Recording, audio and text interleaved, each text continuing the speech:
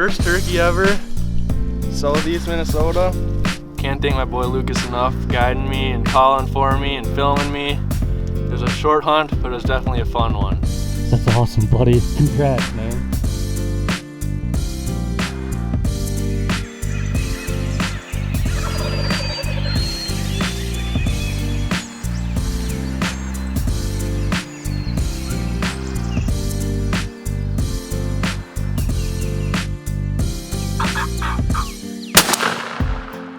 Classic hunt here in Illinois. The birds did exactly what I thought they were going to do. I scouted for them, roosted them last night. He was about 50 yards from where they were. Put my decoys out here in the field, and I think he could probably see them from the tree. Great success on a classic hunt. Bustin' heads. Spring Thunder is brought to you by Realtree, Woodhaven Custom Calls, Huntera, Federal Premium Ammunition, Bog Pod, the National Wild Turkey Federation, and Cabela's. Welcome back to Spring Thunder. John and I are out on Iowa public land today chasing turkeys, and so far we've been whipped today, but on this week's episode we're going to bring you our successful hunts that we've had in the last 10 days or so. We've used a variety of different tactics on these birds. There's been more hunting pressure this year and there's fewer turkeys altogether, but we've had to adapt our strategies a little bit, and it has worked on a few of these hunts. We've also had some interesting video blogs in the last week, so you want to make sure to check those out. But John and I are going to keep searching for birds today, and in the meantime, I hope you enjoy this week's show.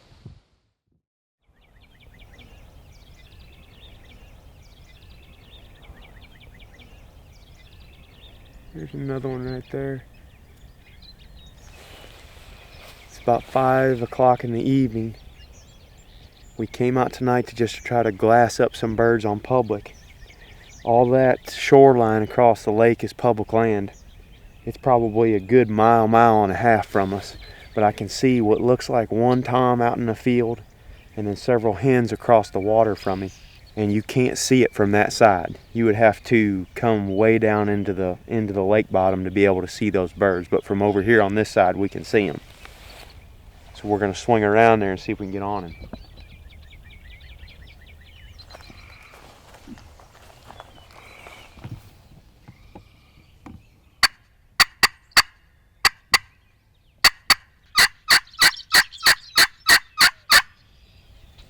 Zach and I have been moving around on that bird that we glassed from across the lake a while ago. And we got back in here. We were actually walking back to the car. Got back here to the road. A bird gobbled right in here. It's got to be him. And we've got like 10, maybe 15 minutes left. So we've got to go up in here and get set up. But they're not very far. They're only 50, 60 yards.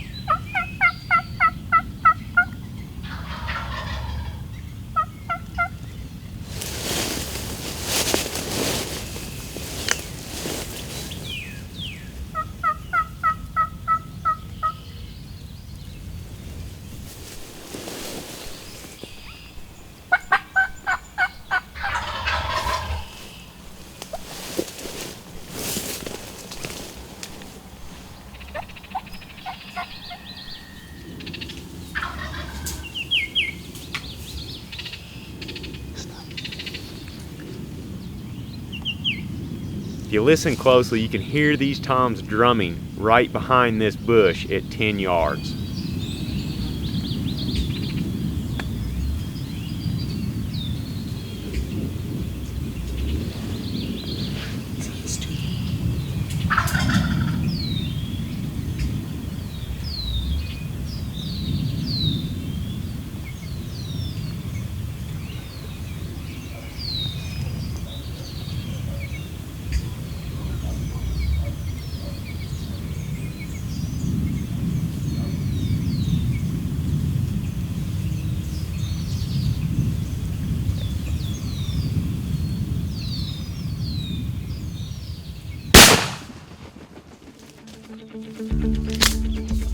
Oh my gosh. No way. No way that just happened. Literally, I'm talking 4 minutes left of legal shooting light, and he came right down the gun barrel. Well, we had to wait till plumb dark pretty much to go out here and get this turkey.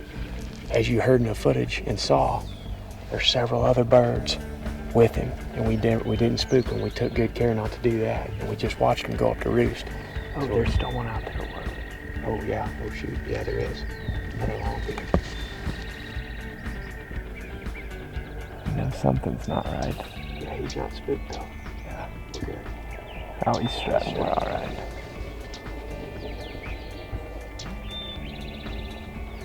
I guess we're still waiting. Well, I would have liked to have gone and got my bird a few minutes ago, but we stepped out on the edge of the field, and the rest of those gobblers that were with him are still out here. I don't want to spook them.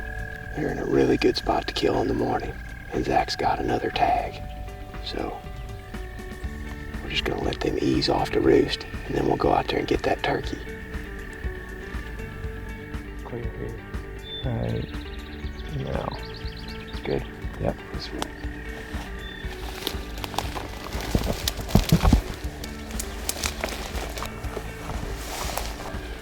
I'm gonna put a tag on him quick. We're gonna get him out of this field, because if those birds fly up right now, they'll be able to see us. See that? Uh-huh. That's an old booger there. That's They crazy. had all the hens in the county too. He's got close to 1.5 spur on the other side. This is the time of year when you kill these old turkeys. Once those hens start nesting, they had obviously lost track of them right at dark. The hens might have headed out in that field on the way to roost early. And you gotta hunt the evenings. 2 evenings in a row here in Iowa, and we've got birds down. This late season, this fourth season is the ticket. I mean, these hens are going to nest right now.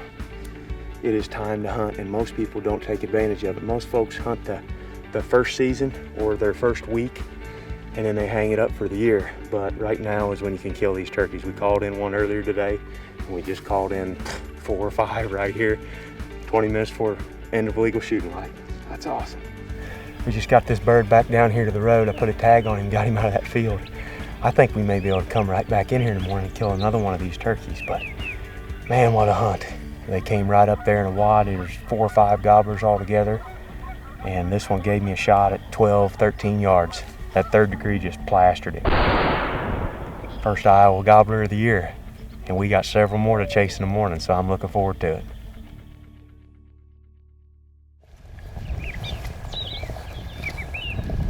Just put it real close here to the right, just like right here, just like 10, 15 feet out there, not very far.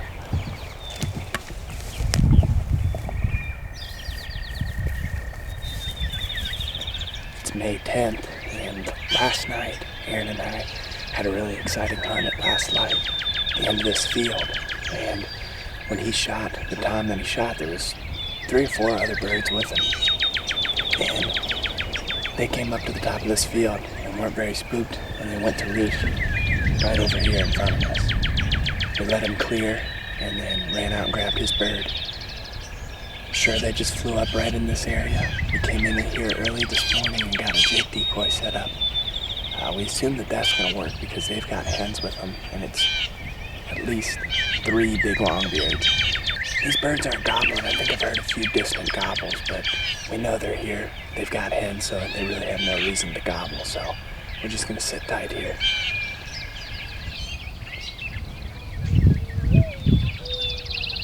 Oh, bird out in the field. We're straight out.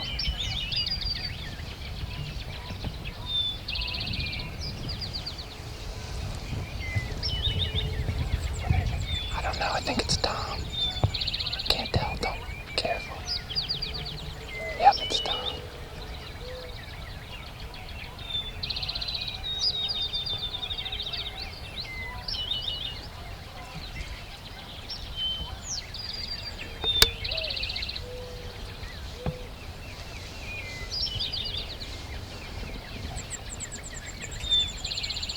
How far is he? He's close. He's close to range.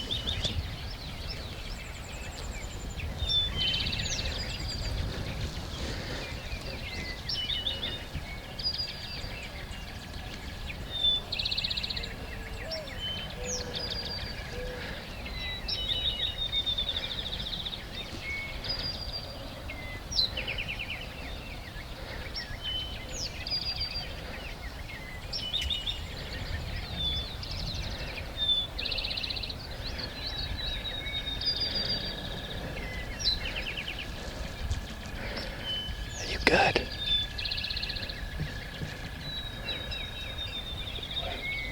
What? Healing.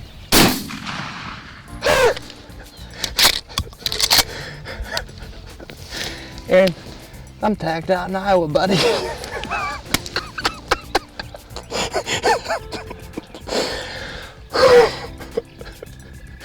Dude, can you believe that? Did not say a peep. Didn't say a peep, heard him drumming. Dude, that's crazy.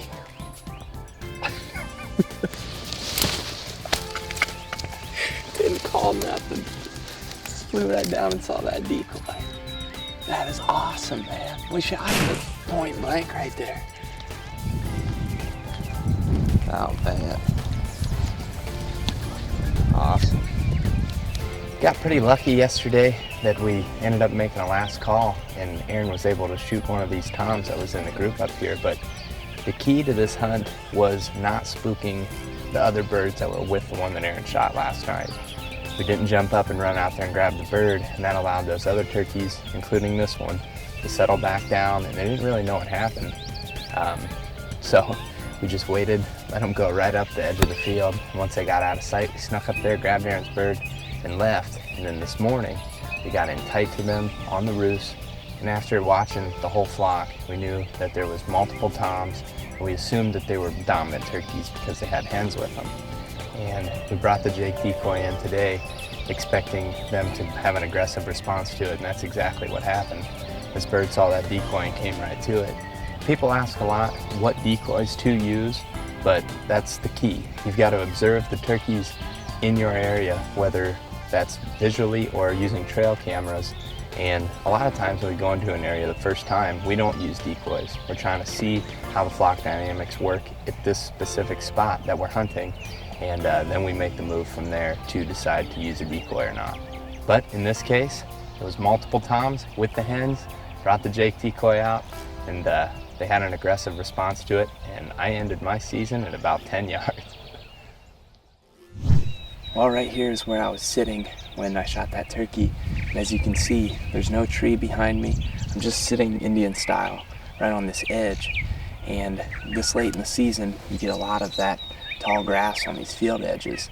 So I was gonna have to be sitting up shooting over it, and that's why I brought the bog pod with me today. I can sit this thing up, and I can keep that gun up above that grass in front of me.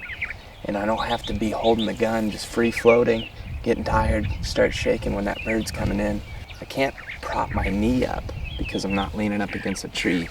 Generally, I sit up against a tree with my knee up, gun on top of it. But on this field edge, when I'm sitting Indian style like this, I was just gonna have to hold the gun up or bring this bog pod, so sure am glad I did this morning. Well, John and I are going to wrap up our day here. We haven't had any success today, but as you saw from those hunts, we have managed to pick off a few of them here in the last week. Still got quite a bit of hunting left here in Iowa, and the further north you go, the better the hunting should get in the next week or so. It's been pretty good here, all things considered. The hunting pressure on public land makes it tough, but for the most part, the gobblers are alone. They're gobbling a lot. The hens are on the nest, and now is really the best time of year to call in turkeys, I feel. The downside is that they have been pressured up to this point on some of these areas, so they may be a bit call shy and wanting to hang up on you, but the good definitely outweighs the bad. So if you still have tags, if your season's still open, you better get in the woods, because right now is the time when you can kill some big old long spurred turkeys that have had hens all year and just recently lost them. But that's going to do it for this week's episode. If you're not already a member of the NWTF, please click on the link in the corner of our screen, go over to their page and become one. But thanks for joining us. We'll see you next Monday for the next episode of Spring Thunder.